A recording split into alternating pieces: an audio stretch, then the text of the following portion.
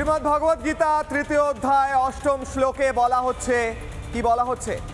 নিয়তং কুরু কর্মত্তং কর্ম জায়ো অকর্মণঃ শরীর ইয়াত্রাপি চতে না প্রসিদ্ধেয়ত কর্মণঃ। বলা হচ্ছে অকর্ম করে, কর্ম না করে কেউ থাকতে পারে না। কর্ম না করাটা কোনোভাবে কোনো অপশনই নয়। ভগবদ গীতা বলছে কর্ম না করে তো নিজের শরীরটাও মেনটেন করা যায় না। কিন্তু কে কর্ম না করে বসে রয়েছেন? মোহাম্মদ ইউনূস। বাংলাদেশে একটি অন্ধ সরকার চালাচ্ছেন মোহাম্মদ ইউনূস, যে সরকার, যা সরকারের কোনো রকম লিগ্যালিটি নেই, কোনো রকম আইনি বৈধতা নেই, জোর করে সরকার। সেই সরকারের কথা এমনকি দেশের প্রেসিডেন্টও বলেন যে আমার কাছে এর আগের যে প্রধানমন্ত্রী তার কোনো আমার কাছে রেজিগনেশন লেটার নেই, তার কোনো এমন কোনো কাগজ নেই যা প্রমাণ করতে পারে মোহাম্মদ ইউনূস একটি বৈধ সরকার। সেই মোহাম্মদ ইউনূসের সরকার যখন বসে অন্ধভাবে বসে রয়েছে, জঙ্গিদের গোটা বাংলাদেশে তুর্কি নাচন নাচতে দিচ্ছে, সেই সময় দাঁড়িয়ে বাংলাদেশে পট পরিবর্তন ঘটছে। বাংলাদেশে দ্রুত পরিস্থিতির পরিবর্তন ঘটছে। বাংলাদেশের রাস্তায় নতুন করে নেমেছে সেনা, টহল দিচ্ছে সেনা। দেখাবো সেই ছবি।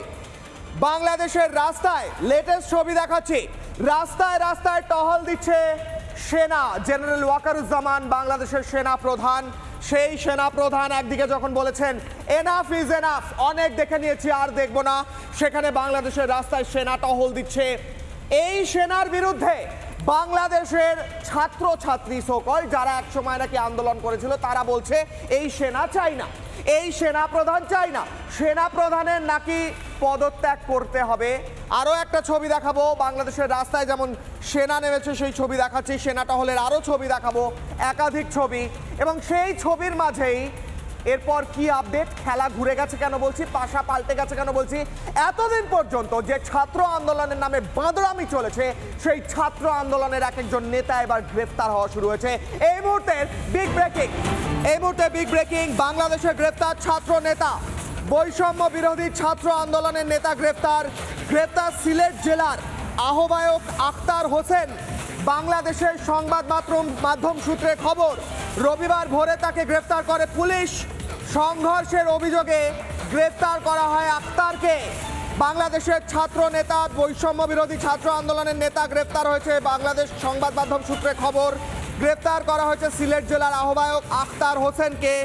রবিবার ভোরে তাকে গ্রেফতার করে পুলিশ। সংঘর্ষের অভিযোগে গ্রেফতার করা হয় আখতারকে। অত্যন্ত বড় খবর এই মুহূর্তে বাংলাদেশ থেকে আসছে। এর আগে আরও একজন ছাত্র নেতা দুদিন আগে গ্রেফতার হন। এবার আরও একজন ছাত্র নেতা গ্রেফতারের পর প্রশ্ন উঠে আসছে ক্ষমতা এই মুহূর্তে কার হাতে? যে ছাত্র নেতারা গোটা বাংলাদেশ জুড়ে একসময় বাঁদরামি করে বেরিয়েছে, যে ছাত্র নেতারা নিজেদের গণতন্ত্রের ধ্বজাধারী বলে পরিচয় দিয়ে প্রচার করে গোটা বাংলাদেশকে দখল করতে চেয়েছে মোহাম্মদ ইউনূসের জঙ্গি সরকারের মুখোশ দেখিয়ে, সেই ছাত্র নেতারা এবার গ্রেফতার হচ্ছে। অর্থাৎ খেলা ঘুরছে বাংলাদেশের সেনা রাস্তায়, খেলা ঘুরছে। বাংলাদেশের সেনা প্রধান বলছেন আওয়ামী লীগ নিষিদ্ধ হবে না, খেলা ঘুরছে। বাংলাদেশের ছাত্র নেতা সকল যারা ছাত্র নেতা তারা গ্রেফতার হচ্ছে, খেলা ঘুরছে। কখন থেকে খেলা ঘুরছে? এবার আসি কথায়। তুলসী গাবার্ড যখন ভারত সফরে আসেন, সেই ভারত সফরে এসে তিনি বক্তব্য রাখেন, একাধিক সাংবাদিক তাকে প্রশ্ন করেন, তারা প্রশ্ন করেন বাংলাদেশ নিয়ে। তুলসী গাবার্ড কি বলেন? স্পষ্ট ভাষায় বলেন বাংলাদেশে হিন্দুদের ওপর নির্যাতন হচ্ছে। স্পষ্ট ভাষায় তুলসী গাবার্ড গোটা মার্কিন যুক্তরাষ্ট্রের ডিটেকটিভ ডিপার্টমেন্টগুলোর মাথায় যিনি বসে রয়েছেন, অর্থাৎ মার্কিন যুক্তরাষ্ট্রের নিরাপত্তার অন্যতম মুখ, তিনি বলছেন বাংলাদেশে ইসলামিক সন্ত্রাস চলছে। তার কথা, আমার কথা নয়, তুলসী গাবার্ডের কোট আনকোট কথা বলছি। তিনি বলছেন বাংলাদেশে ইসলামিক সন্ত্রাস চলছে। তিনি বলছেন তুলসী গাবার্ড ভারতে বসে যে বাংলাদেশে খিলাফত প্রতিষ্ঠা করার চেষ্টা চলছে। তুলসী গাবার্ড এই কথা যখন ভারতে বলে গেলেন, তারপর খেলা পাল্টালো। বাংলাদেশের সেনা বলে দিল যতই আন্দোলন হোক, আওয়ামী লীগকে তো আমরা নিষিদ্ধ করছি না। বাংলাদেশের সেনা প্রধান বললেন এনাফ ইজ এনাফ, আমি অনেক দেখে নিয়েছি আর দেখব না। কোন জিনিসটা এনাফ? প্রশ্ন উঠছে এই মুহূর্তে দাঁড়িয়ে। অত্যন্ত গুরুত্বপূর্ণ প্রশ্ন উঠছে, বাংলাদেশ এই মুহূর্তে কার হাতে রয়েছে? আর তার মধ্যেই ভারতবর্ষের সবচেয়ে বড়, এমনকি গোটা পৃথিবীর সবচেয়ে বড় যারা ভলেন্টারি অর্গানাইজেশন স্বেচ্ছাসেবক সংস্থা আরএসএস জানিয়ে দিল যে বাংলাদেশের পরিস্থিতি নিয়ে আমরা উদ্বিগ্ন, আমরা নজর রাখছি, ছেড়ে কথা বলা হবে না। আজকের অগ্নিবাণ, আজকের আমার প্রশ্ন কিশলয়ের অগ্নিবাণে, আজকে আমি কিশলয়ের অগ্নিবাণে আমি কিশলয় প্রশ্ন করছি, সেনার হাতেই ক্ষমতা বাংলাদেশে, ঘোষণা কি শুধু সময়ের অপেক্ষা? গোটা জিনিসটা অলরেডি ডিসাইড হয়ে গিয়েছে, গোটা জিনিসটা সেট করা আছে। কার হাতে ক্ষমতা, কিভাবে ক্ষমতা, কে কলকাঠি নাড়াচ্ছে সবাই সবটা জানে। এখন সবাই চুপ করে আছে। মোহাম্মদ ইউনুসের কথাও শোনা যাচ্ছে না খুব একটা। কোথায় মোহাম্মদ ইউনুস? মোহাম্মদ ইউনুস, আপনি এই সেনা প্রধান যখন বলছেন এনাফ ইজ এনাফ, তার উত্তরে কি বলবেন? আপনার বিরুদ্ধে তো রাস্তায় ছাত্ররা নামছে, আপনার বিরুদ্ধে ছাত্ররা কি বলছে জানেন? আমি একটা বাইট শোনাবো। বলা হচ্ছে উপদেষ্টার সঙ্গে আওয়ামী লীগের যোগ আছে। এই কথা নতুন শুনে মনে হচ্ছে, কিন্তু এই কথা হচ্ছে আজ বাংলাদেশে। শোনাবো কি বলছেন সেখানে ছাত্র নেতারা, কিভাবে বলছেন উপদেষ্টার সঙ্গে। আমরা শোনাবো সেই বাইটের পরে। হ্যাঁ, ঠিক শুনছেন, ছাত্র নেতারা তারা বলছেন বাংলাদেশের প্রধান উপদেষ্টা মোহাম্মদ ইউনুসের সঙ্গে আওয়ামী লীগের যোগ আছে, এমনটা বলছেন তারা। কি বলছেন শুনবো।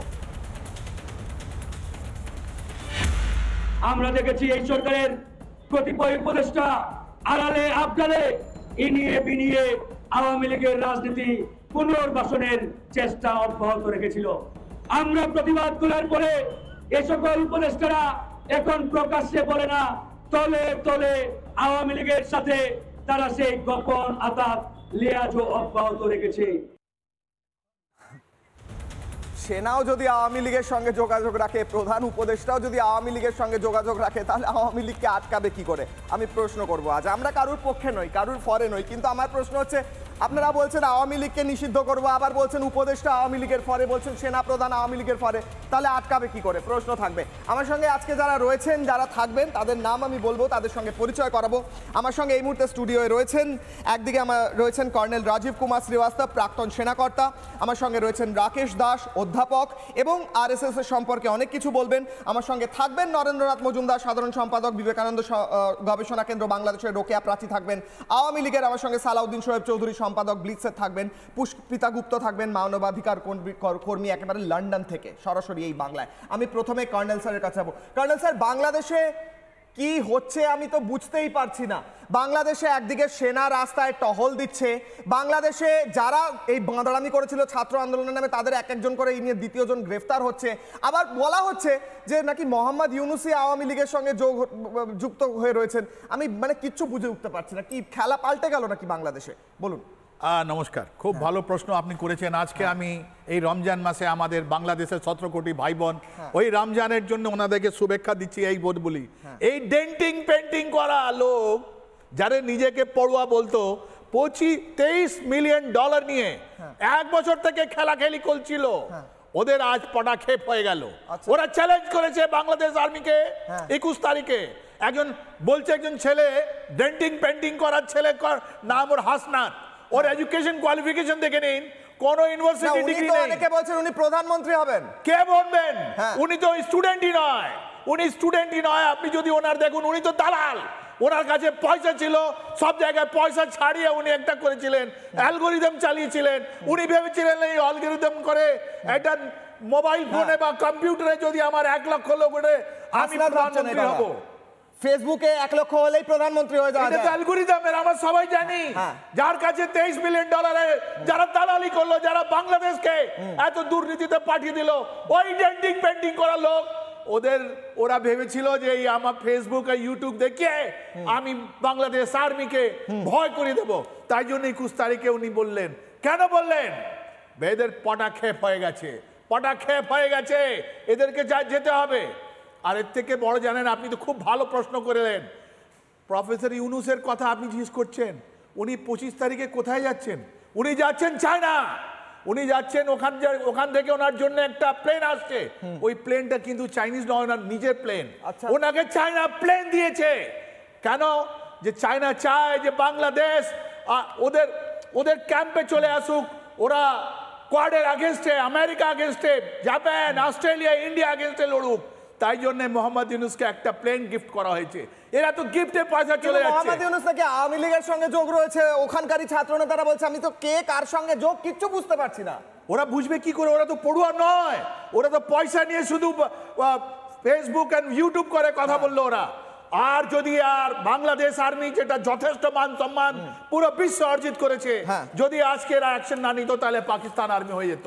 তাহলে বাংলাদেশের মানুষ, তাই জন্য বাংলাদেশের আর্মি রাস্তায় নেমেছেন বলছেন আপনি? হ্যাঁ, যদি ওরা যদি না অ্যারেস্ট করতো তাহলে জানেন পাকিস্তান আর্মি মতন হয়ে যেত। মানুষের যেটা মান সম্মান আছে বাংলাদেশে ওরা হারিয়ে ফেলতো। তাই জন্য আজকে বাংলাদেশ আর্মি নিজে প্রেস্টিজকে রিস্টোর। আমি এখান থেকে জেনারেল ওয়াকারুজ্জামানের একটি বক্তব্য শোনাবো। কয়েকদিন আগে তিনি বলেছিলেন এনাফ ইজ এনাফ। ওখান থেকে আমি সালাউদ্দিন শোয়েব চৌধুরীর কাছে যাবো, তারপর বাকি প্রত্যেক গেস্টের কাছে যাবো। জেনারেল ওয়াকারুজ্জামান বলছেন আর সহ্য করব না। কেন বলছেন তিনি শুনুন। দেশ এবং জাতিটাকে একটা সুন্দর জায়গায় রেখে ছুটি করা। I had enough. For last 7-8 months I had enough. এই আইন শৃঙ্খলা পরিস্থিতি খারাপের পিছনে কিছু কারণ আছে। প্রথম কারণটা হচ্ছে যে আমরা নিজেরা হানাহানির মধ্যে ব্যস্ত, একজন আরেকজনের বিরুদ্ধে বিষোদ্গারে ব্যস্ত। আজকে পুলিশ সদস্য কাজ করছে না, এটা বিশাল বড় কারণ হচ্ছে অনেকের বিরুদ্ধে মামলা, অনেকে জেলে। RAB, BGB, DGFI, NSI, panic, এই অর্গানাইজেশনগুলোকে যদি আন্ডারমাইন করে আপনারা মনে করেন যে দেশের শান্তি শৃঙ্খলা বিরাজ করবে, সবাই শান্তিতে থাকবেন, এটা হবে না, সেটা সম্ভব না। আমি আপনাদের পরিষ্কার করে বলে দিচ্ছি। আমি প্রথমে যাব সালাউদ্দিন শোয়েব চৌধুরীর কাছে, তারপর আমি নরেন্দ্রনাথ মজুমদারের কাছে যাব, প্রত্যেকের কাছেই যাব। আমার প্রশ্ন, সালাউদ্দিন সাহেব, বাংলাদেশের সেনাপ্রধান বলছেন এনাফ ইজ এনাফ। কয়েকদিন আগে তিনি এই কথা বলেন, তারপর দাবি উঠলো সেনাপ্রধানকে পদত্যাগ করতে হবে। আবার এই ছাত্র নেতাদের মাথায় যারা বসে আছেন তাদের মধ্যে একাধিক ব্যক্তি, হাসনাত আবদুল্লাহ থেকে মোহাম্মদ সার্জিদ আলম বলছেন না না আমরা বলছি না, সেনাপ্রধানকে আমরা সরতে বলছি না, আমরা সেনার বিরোধী নই। আবার এই সেনা রাস্তায় টহল দিচ্ছে এবং একের পর এক ছাত্র নেতা গ্রেফতার হচ্ছে। এই কনফিউশনটা আমি তো বুঝতেই পারছি না বাংলাদেশের কার হাতে এই মুহূর্তে ক্ষমতা আছে। মোহাম্মদ ইউনূস আদৌ কোনো ক্ষমতা রাখেন বাংলাদেশে এই মুহূর্তে, নাকি অন্য খেলা চলছে? খেলাটা কোথায় চলছে বলুন। অনেক ধন্যবাদ কিশোর ভাই। দেখুন, এই ইউনূসের ব্যাপারে আমি কিন্তু 5 আগস্টের পর থেকে বলেছি যে সে একটা ভণ্ড প্রতারক এবং একটা অত্যন্ত জঘন্য প্রকৃতির ব্যক্তি। ইউনূস তো কর্ম করছে, ইউনূস বাংলাদেশকে লুট করছে। সে তার ব্যক্তিগত 11টা প্রতিষ্ঠান করেছে, বাংলাদেশের হাজার হাজার কোটি টাকা ইউনূস একা লুট করছে। এবং ইউনূসের কথিত ছাত্র নামধারী জঙ্গি জিহাদিরা তারাও বাংলাদেশকে লুটে নিচ্ছে। এখন সেনাপ্রধান ওয়াকারুজ্জামান সাহেব বা বাংলাদেশ সেনাবাহিনী, এখানে সম্মানিত কর্নেল রাজীব শ্রীবাস্তব যে আছেন উনি জানেন যে সেনাবাহিনী তো এদেরকে প্রশ্রয় দিবে না। এখন সেনাবাহিনীকে বাংলাদেশের সার্বভৌমত্বের স্বার্থে, যেটা কর্নেল রাজীব সাহেব বলছিলেন যে চীন বিমান পাঠাচ্ছে, বিশেষ বিমান ইউনূসকে নিয়ে যেতে। কেন? ঈশ্বরদীতে চীন একটি বিমান ঘাঁটি করতে চাচ্ছে এবং চীন বাংলাদেশ থেকে তিস্তা ব্যারেজ চুক্তি নিতে যাচ্ছে, বাংলাদেশকে পুরো কবজা করতে চাচ্ছে। সেইটা তো বাংলাদেশ সেনাবাহিনী প্রশ্রয় দিবে না। বাংলাদেশ সেনাবাহিনী অ্যাকশনে যাবে। আমি তো বলছি একটা দুইটা সমন্বয়ক নয়, ইউনূসের প্রত্যেকটা সমন্বয়কে গ্রেপ্তার করতে হবে, ইউনূসকে গ্রেপ্তার করতে হবে, ইউনূসের পক্ষে যারা দালালি করছে তাদেরকেও গ্রেপ্তার করতে হবে এবং তারপর এদের প্রত্যেককে ফাঁসির দড়িতে ঝোলাতে হবে। বাংলাদেশের মাটিতে বসে বড় কথা বলছেন আপনি, বলছেন ফাঁসির দড়িতে ঝোলাতে হবে। ফাঁসির দড়িতে কেন? ওরা তো খুন-টুন করেছে নাকি?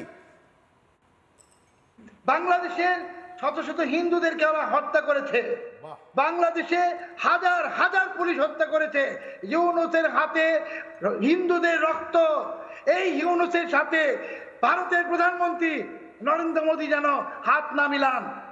এই হিন্দু খনি ইউনূসের ফাঁসি বাংলার মাটিতে হতেই হবে।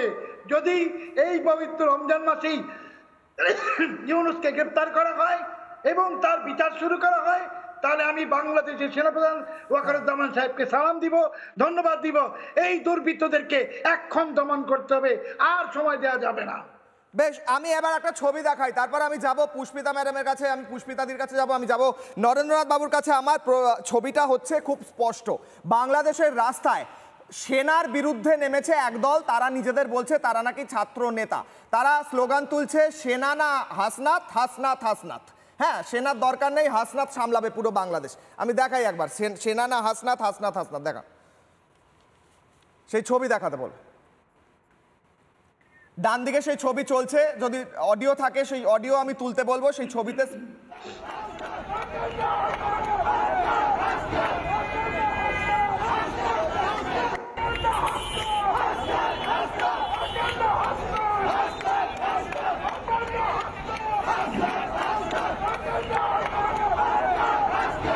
বেশ, ওয়াকাররা হাসনাত, হাসনাত হাসনাত, সেনা না হাসনাত, হাসনাত হাসনাত। আমি পুষ্পিতার কাছে যাব। পুষ্পিতা, আপনি এই রিপাবলিক বাংলায় আমরা প্রথম সেই খবর ব্রেক করি, আপনি চিঠি লেখেন তুলসী গাবার্ডকে, সেই খবর আমরা রিপাবলিক বাংলায় ব্রেক করি। তার কয়েক সপ্তাহ পর তুলসী গাবার্ড এই ভারতবর্ষে আসেন।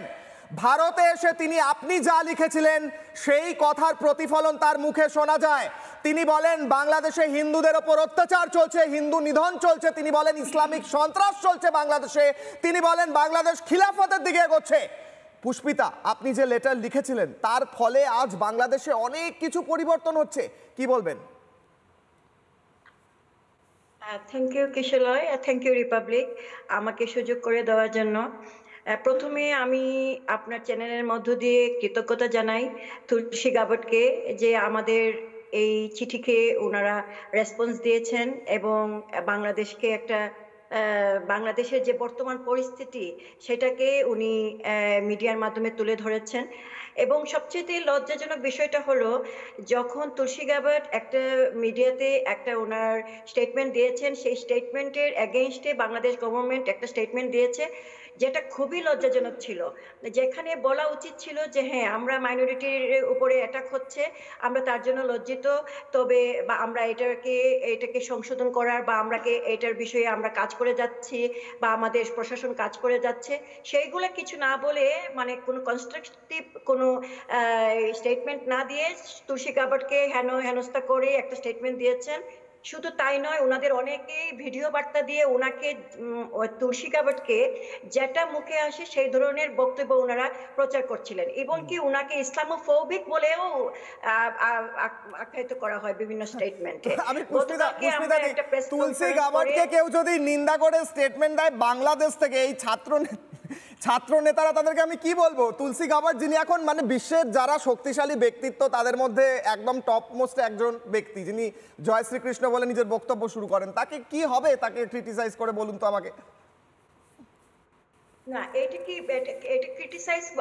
ক্রিটিসাইজ খুব ছোট শব্দ হয়ে যায়, এটাকে অসম্মান করা বলা হয়। একটা মানুষকে আমরা যিনি একজন এই বাংলাদেশ ইউএস এর একটা কূটনৈতিক লেভেলের একজন মানুষ, ওনাকে আমরা হেনস্থা করে যা কিছু মুখে আসে সেই কথা বললাম, ওনাকে তুচ্ছ করে, সেটা থেকেও বিষয়টা হচ্ছে, দেখেন আজকে বাংলাদেশে আপনার বক্তব্যের মধ্যেই স্পষ্টত বোঝা গেল যে বাংলাদেশে যারা উঠতি বয়সী যারা স্টুডেন্টরা রয়েছেন, স্টুডেন্ট মুভমেন্টে রয়েছেন, আমরাও ইউনিভার্সিটিতে গেছি, আমরাও পড়াশোনা করেছি, কিন্তু আজকালকের যে ছেলেমেয়েরা যারা বাংলাদেশের এই মেধা নিয়ে যারা আন্দোলনে নেমেছিল, কোটানা মেধা, সেটা নিয়ে তারা আজকে যে ধরনের বক্তব্য দিচ্ছে, সেই বক্তব্য বাংলাদেশের যে মহামান্য রাষ্ট্রপতি, মহামান্য সেনাপ্রধানকে কটূক্তি করে যে ধরনের মানে এই অবমাননা, মানে আমি কি বলবো, দেশদ্রোহিতার কাজ করেছেন, তারা এখনো বাংলার মাটিতে ঘুরে বেড়াচ্ছে এবং অরাজকতা সৃষ্টি করছে। আজকে সকালেও আমি দেখেছি ওনাদের যে বক্তব্যগুলো, সেগুলো কি পুরো বাংলাদেশকে, পুরো বাঙালি জাতিকেই ছোট করা হয়েছে।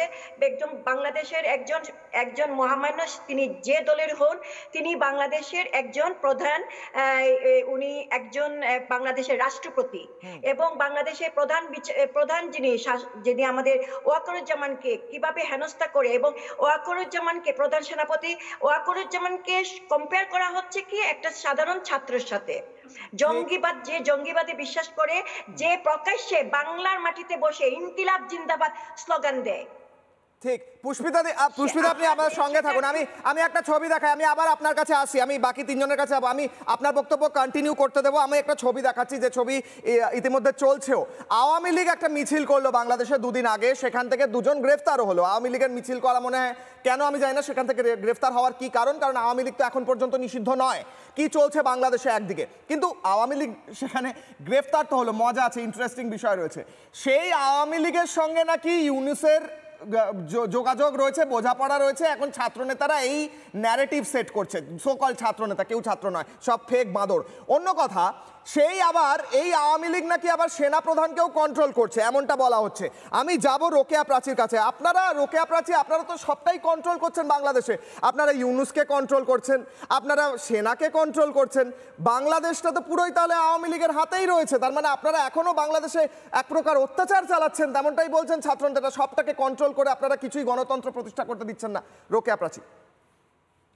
জি, ধন্যবাদ রিপাবলিক বাংলা আপনাকে। আমি শুধু একটি কথা বলবো যে বাংলাদেশ আওয়ামী লীগ বাংলাদেশ রাষ্ট্র জন্মের আগের একটি রাজনৈতিক দল। আওয়ামী লীগের হাত ধরে বাংলাদেশের জন্ম, তাই বাংলাদেশের আকাশে বাতাসে মাটিতে ফুল গাছ লতাপাতা সব জায়গায় বাংলাদেশ আওয়ামী লীগ আছে, থাকবে, এটাই সত্যি। কিন্তু বাংলাদেশ আওয়ামী লীগ কাউকে কন্ট্রোল করছে না, তারা বাংলাদেশ আওয়ামী লীগকে নিশ্চিহ্ন করে দেবে এরকম ধনুক ভাঙা পণ করেছেন ডক্টর ইউনূস। তিনি প্রকাশ্যে ইন্টারভিউতে বলেছেন বাংলাদেশ আওয়ামী লীগকে নিশ্চিহ্ন করে দেওয়া হবে, এবং সমন্বয়কারী এনসিপি তারা প্রত্যেকেই তাদের স্টেটমেন্টে বলেছে নিশ্চিহ্ন করে দেওয়া হবে বাংলাদেশ আওয়ামী লীগকে। তারা যখন কাউকে কন্ট্রোল করতে না পারে তখন তারা অনেক উল্টোপাল্টা বকে। তারা ক্যান্টনমেন্ট, সেনাবাহিনী সবাইকে উড়িয়ে দেবে, গুড়িয়ে দেবে, বাংলাদেশের সকল স্থাপনা উড়িয়ে দিয়েছে, গুড়িয়ে দিয়েছে। তারা জঙ্গিরা মিছিল করছে। এখন তারা যেটা চাইছে সেটা হচ্ছে যে বাংলাদেশে একটা গৃহযুদ্ধ হবে, বাংলাদেশের জনগণ বনাম সেনাবাহিনী প্রতিপক্ষ হিসেবে দাঁড়াবে, বাংলাদেশে আরো রক্তপাত হবে। একটা জঙ্গিদের পাকিস্তানের আইএসআই যে সমর্থন এবং তাদের সাথে যে যোগ সাজস, জামাত ইসলামী, হিজবুত তাহরির, হেফাজত ইসলাম সকলে মিলে এটাকে একটা জঙ্গি রাষ্ট্রে পরিণত করতে চাইছে। এখানে যারাই বাধা দিচ্ছে, যারাই সমালোচনা করছে, তখন তাদের বিরুদ্ধে আবার তারা উল্টো পাল্টা বলছে। আজকে বাংলাদেশে যেটা দাঁড়িয়েছে সেখানে ওরা তো কাউকে মানতে পারছে না, ওরা পুলিশ প্রশাসনকে ভেঙে গুড়িয়ে দিয়েছে, ওরা আওয়ামী লীগকে নিশ্চিহ্ন করছে, স্থাপনা ধানমন্ডি 32 বুলডোজারতে গুড়িয়ে দিয়েছে, আমরা মিছিল করলে হামলা মামলা হচ্ছে। এবং সেনাবাহিনী যেটা একটা রাষ্ট্রের সর্বোচ্চ প্রতিষ্ঠান, এবং সেই সেনাবাহিনীকে আঘাত করা মানে বাংলাদেশের সার্বভৌমত্ব আঘাত করা। যেখানে কিছু নির্দিষ্ট জায়গায় সভা সমিতি করা রাষ্ট্রীয় পর্যায় থেকে নিষিদ্ধ ঘোষণা করা হয়েছে, সেখানে হাসনাত আব্দুল্লাহ থেকে শুরু করে রাষ্ট্রের পালিত যে জঙ্গি সন্ত্রাসী মব বাহিনী যে দলগুলোকে তারা লালন পালন করছে, পৃষ্ঠপোষকতা করছে, তারা কিন্তু দিনে রাতে 24 ঘন্টা একটা টোকাই গ্রুপ নিয়ে মিছিল মিটিং করে যাচ্ছে, আওয়ামী লীগ নিষিদ্ধ চাইছে, সেনাবাহিনীর বিরুদ্ধে কথা বলছে। এবং যে সমন্বয়কারী হাসিব যে বলেছিল একবার যে আন্দোলন সফল করতে থানা, পুলিশ, স্থাপনা ভাঙতে হয়, হত্যা করতে হয়, সে কিন্তু স্ট্রেইট বলেছে যে সেনাবাহিনীর কোনো গাড়ি যদি ঢাকা বিশ্ববিদ্যালয়ের ক্যাম্পাসে দেখা যায় ভেঙে গুড়িয়ে দেওয়া হবে। এবং সেনাবাহিনীকে অনেক আগে আঘাত করার একটা ছবি বহুল প্রচারিত ছিল, সেই ছবিটিকে সে ব্যবহার করেছে। অর্থাৎ সেনাবাহিনীর কোন কর্মকর্তা যদি ঢাকা বিশ্ববিদ্যালয়ে ঢোকে তাহলে তাকে সেইভাবে ঠিক করা হবে। তার মানে এটা হাসনাত আজকে যা করছে সেটা রাষ্ট্রের বিরুদ্ধে রাষ্ট্রদ্রোহিতা, সংবিধান লঙ্ঘন, এবং পুরো কাজটা ডক্টর ইউনূসের পৃষ্ঠপোষকতায় হচ্ছে। তিনি জঙ্গিদেরকে নিয়ে আজকে পুরো রাষ্ট্রকে তার পৃষ্ঠপোষকতায় এখানে জঙ্গি রাজ চলছে, এমনটাই বলছেন আপনি। আমি আপনার কাছে ফেরত আসবো। আমি এই মুহূর্তে নরেন্দ্রনাথ বাবু এবং তারপর আমি রাকেশ বাবুর কাছে যাব। নরেন্দ্রনাথ বাবু, আমার স্পষ্ট প্রশ্ন আপনার কাছে। আপনাদের মোহাম্মদ ইউনূস, আপনি যাকে সমর্থন করে এতদিন কথা বলতেন, ছাত্র নেতারা বলছে ইউনূস নাকি এখন আওয়ামী লীগের কথায় চলে একদিকে, অন্যদিকে তুলসী গাবার্ড অন্যতম শক্তিশালী একজন ব্যক্তি এই মুহূর্তে বিশ্ব যে রাজনৈতিক সমীকরণ তার মধ্যে, সেখানে তিনি বলছেন বাংলাদেশে ইসলামিক সন্ত্রাস চলছে, হিন্দুদের ওপর অত্যাচার করা হচ্ছে এবং বাংলাদেশে খিলাফত প্রতিষ্ঠা করার চেষ্টা চলছে। তুলসী গাবার্ড কেন মোহাম্মদ ইউনূসকে এই মানে অপমান করার জন্য এই মিথ্যে কথা এটাই বলবেন তো আপনি? তাই আমি আগে থেকে বলে রাখছি, কেন এই মিথ্যে কথাটা বলছেন বলুন তো, বলুন। নমস্কার। তুলসী গাবার্ড যে খুব ক্ষমতাবান একজন মানুষ তা আমরা ইতিমধ্যে টের পেয়েছি যখন ভারতীয়দের পায়ে শিকল করে ভারত নরেন্দ্র মোদী আমেরিকা সফর অবস্থায় পাঠিয়ে দিছে, তখন আমরা টের পেয়েছি। অবশ্যই যে দেশ থেকে আমরা ভারতের তরফ থেকে বার্তা দেওয়া হয়েছে, ভারত থেকে কেউ যদি বেআইনি ভাবে যায়, সে বেআইনি কাজ করেছে, তাকে আইনের আওতায় নিয়ে এসে যেমন ভাবে পাঠানো হবে। তারা বেআইনি কাজ করেছে। আমরা ভারতে বেআইনি কাজ যারা করে তাদেরকে পৃষ্ঠপোষকতা করি না, আপনাদের বাংলাদেশের মতো যারা জঙ্গিদের মাথায় তুলে রাখে। তারা ভুল ভাবে গেছে, ভুল ভাবে এসছে, তাদের ওভাবেই আনা হবে। আবার কেউ যদি যায় তাদের আবার ওভাবে আনা হবে। বলুন। হ্যাঁ, 1975 সালের 15ই আগস্ট আর্মি অফিসার দ্বারাই শেখ মুজিবুর হত্যা হয়েছে। শুনেন, কয়েকদিন আগে আমাদের আর্মি অফিসার কার হাতে আছে এখন? আমার কথা শুনবেন তো 1 মিনিট সময় দেবেন তো? আমি তো আপনার প্রশ্নের পরীক্ষা দেওয়ার মতো উত্তর দেব না। আমি যা প্রশ্ন করছি আপনি উল্টো কথা বলছেন। আপনি ভারতে কে এসেছে সেটা চলে যাচ্ছে। আরে ভাই, বাংলাদেশে এই মুহূর্তে সেনা অভ্যুত্থান হতে চলেছে, আপনি জানেন তো? আমার কথা শুনেন, আপনার কথা আমি শুনবো না, আমার কথা শুনেন। হ্যাঁ, বলেন বলেন। 1 ঘন্টা ধরে বসে চুপ করে বসে শুনতেছি। আচ্ছা বলেন। হ্যাঁ, কয়েকদিন আগে আমাদের শীতকালীন মহড়ায় আপনি বলছেন যে বাংলাদেশে কি ম্যাজিক শুরু করেছে, এখন আবার সেনাবাহিনী নিয়ে আপনি মাথায় তুলতেছে। আপনারা এত নির্বোধ কেন বলেন তো? বাংলাদেশ যদি জঙ্গি রাষ্ট্র হয়, যদি বাংলাদেশ সিরিয়া ইরাক হয়, এই জন্য দায়ী হচ্ছে 100% ইন্ডিয়া। আপনারা 700 বছর ধরে বাংলাদেশ জঙ্গি রাষ্ট্র মূর্খের মতো কাজ করতেছে। আপনি কিন্তু 50% কথাটা ভয়ঙ্কর বলেছেন। আপনাকে জয়শঙ্কর এতদিন পরে এসে বলতেছে আমরা জানতাম, আমরা বুদ্ধি দিয়েছি, হাত দি নাই। কি বুদ্ধি দিয়েছে? সেটা আস্তে আস্তে বলুন, মানে স্লোলি বলুন, বোঝা যাচ্ছে না। এই যে কোনের এক প্রবাসী ফোনটা নিয়ে মুখে ঢুকিয়ে দিন, আস্তে আস্তে বলুন, বোঝা যাচ্ছে না। রোকেয়া বেরাসি বংশাং ডাকে এনে গল্প করে, আমারে বুঝতে আসেন না। এই দেশে ইউনুস একজন মানে বিশ্ববরেণ্য নেতৃবৃন্দের মধ্যে একজন, সে পলিটিশিয়ানও না, ধর্মগুরুও না, তাই সঙ্গে আপনারা ফেস করতে পারতেছেন না। বাংলাদেশের ক্ষমতা এই মুহূর্তে কার হাতে আছে? বাংলাদেশ এত কথা কোন কেন? কার হাতে ক্ষমতা আছে? বাংলাদেশে এই মুহূর্তে কে চালাচ্ছে? বাংলাদেশে কে চালাচ্ছে? ডক্টর মোহাম্মদ ইউনূসের হাতে ক্ষমতা আছে, দেখেন না? মোহাম্মদ ইউনূস চালাচ্ছে। যে মোহাম্মদ ইউনূসের সঙ্গে রোকেয়া প্রাচীদের আচ্ছা, রোকেয়া প্রাচী উত্তর দিচ্ছে। হ্যাঁ, অন্তত একবার দুটির পক্ষে কথা বলুন নরেন্দ্র বাবু, একবার সত্য কথাটা বলুন। হিন্দুদের হাজার হাজার বাড়ি ঘর 2013 থেকে 2019 পর্যন্ত বঙ্গবন্ধু কন্যা মাননীয় প্রধানমন্ত্রী শেখ হাসিনার সমস্ত জঙ্গিকে 500 জঙ্গিকে অ্যারেস্ট করেছিল। আজকে 5ই আগস্টের পর ডক্টর ইউনূস সেই জঙ্গিদেরকে কেন বের করে দিয়েছে? কেন কারাগার জঙ্গিদেরকে বের করে দিয়েছে? সব জঙ্গিরা এখন রাস্তায়। আপনি দেখেননি ঢাকা শহরে প্রকাশ্যে জঙ্গিদের মিছিল? আপনি কি চোখে দেখতে পাননি? মিছিল করেছে, ফ্ল্যাগ উড়েছে, তাহলে এরা কি জঙ্গি না? আপনি এইসব দেখতে পান না? বাংলাদেশে প্রতিদিন লাশ পড়ছে, আপনার ভালোবাসা নেই। আচ্ছা, ব্যক্তিগত আক্রমণ নয়, হ্যাঁ, পলিটিক্যাল রাজনৈতিক স্টেটমেন্ট, ঠিক আছে। আমি তো এটা এখনো বুঝলাম না নরেন্দ্র বাবু, আমি রাকেশ বাবুর কাছে আসবো। আচ্ছা, আপনি কি জানেন ভারতের সবচেয়ে বড় শক্তিশালী এই মুহূর্তে ভলেন্টারি অর্গানাইজেশন, স্বয়ংসেবক সংস্থা আরএসএস বার্তা দিয়েছে আপনাদের দিকে নজর রাখা হচ্ছে, সব কটা চোখ বাংলাদেশের দিকে।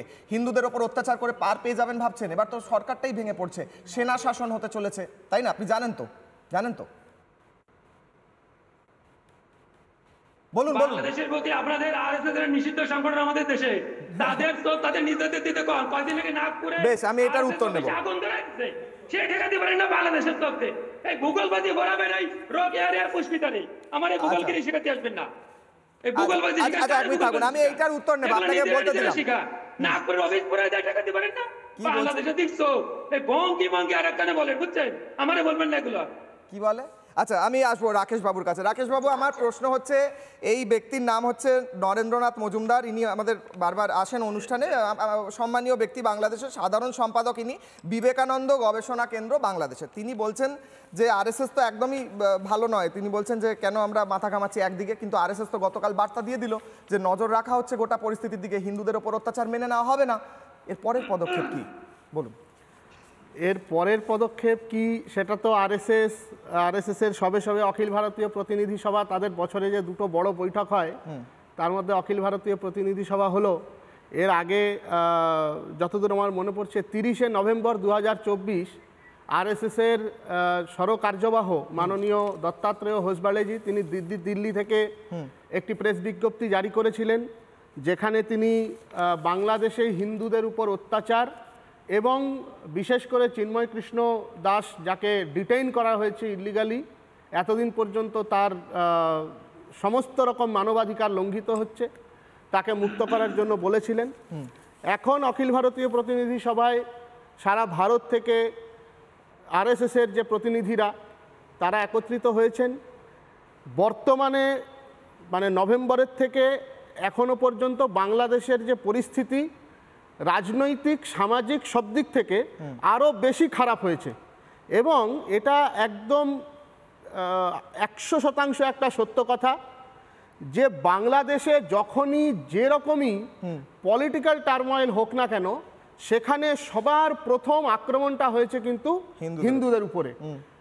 বিগত 5ই আগস্ট থেকে, তার আগের ঘটনাগুলো বাদ দিলে বিগত 5ই আগস্ট থেকে আজ পর্যন্ত বাংলাদেশে 2000-এর উপরে ঘটনা ঘটেছে হিন্দুদের উপর আক্রমণের।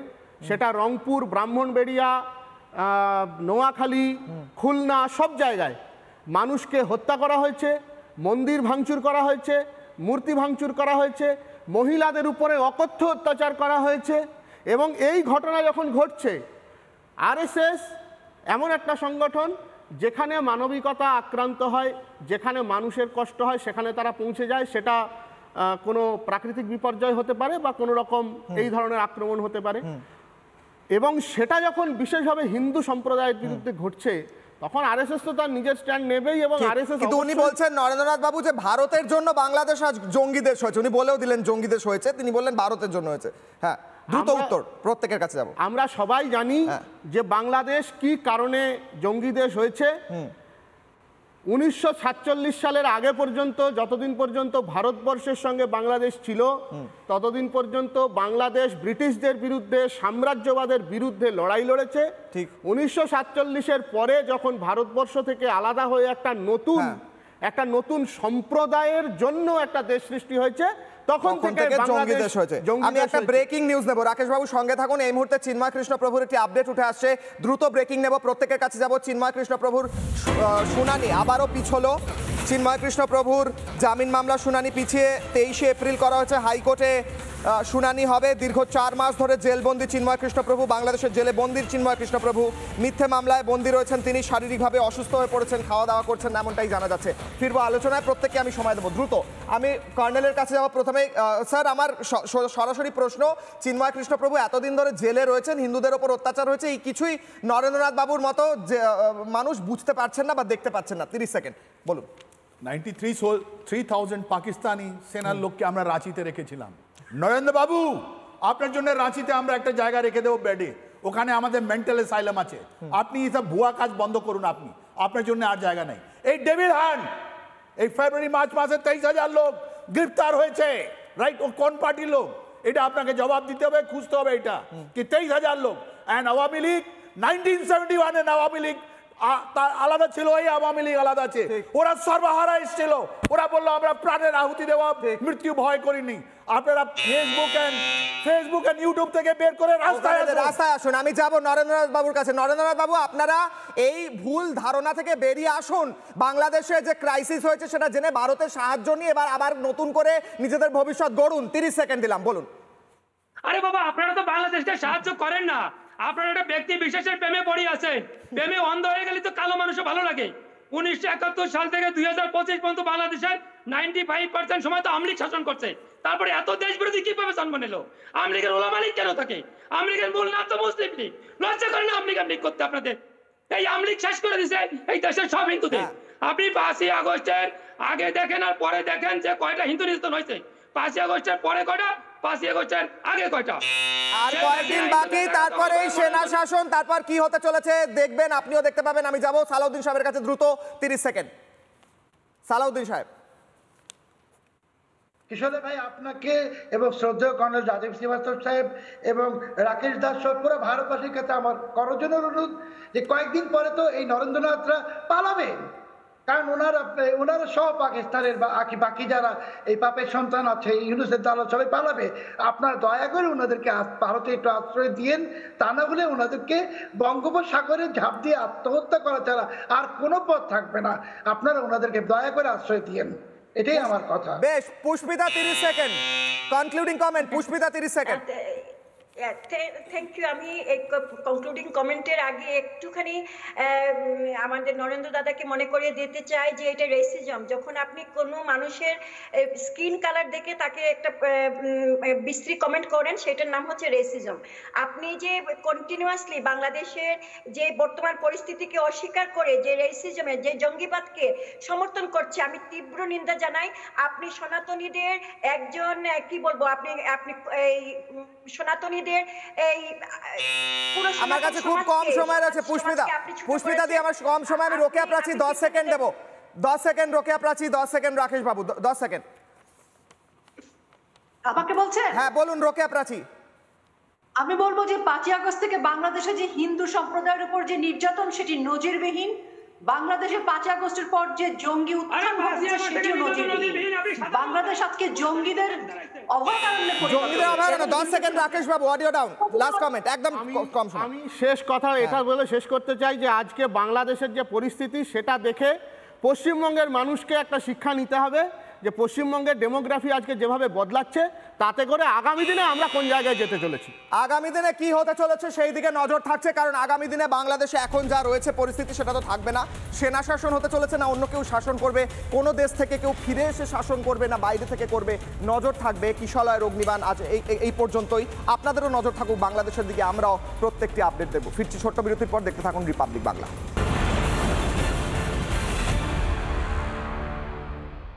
নানা ধরনের কন্টেন্ট দেখার জন্য লাইক করুন, শেয়ার করুন আমাদের ফেসবুক পেজ, সাবস্ক্রাইব করুন আমাদের ইউটিউব চ্যানেল। পাশাপাশি অন্যান্য ব্রেকিং নিউজের জন্য অবশ্যই চোখ রাখুন রিপাবলিক বাংলায়।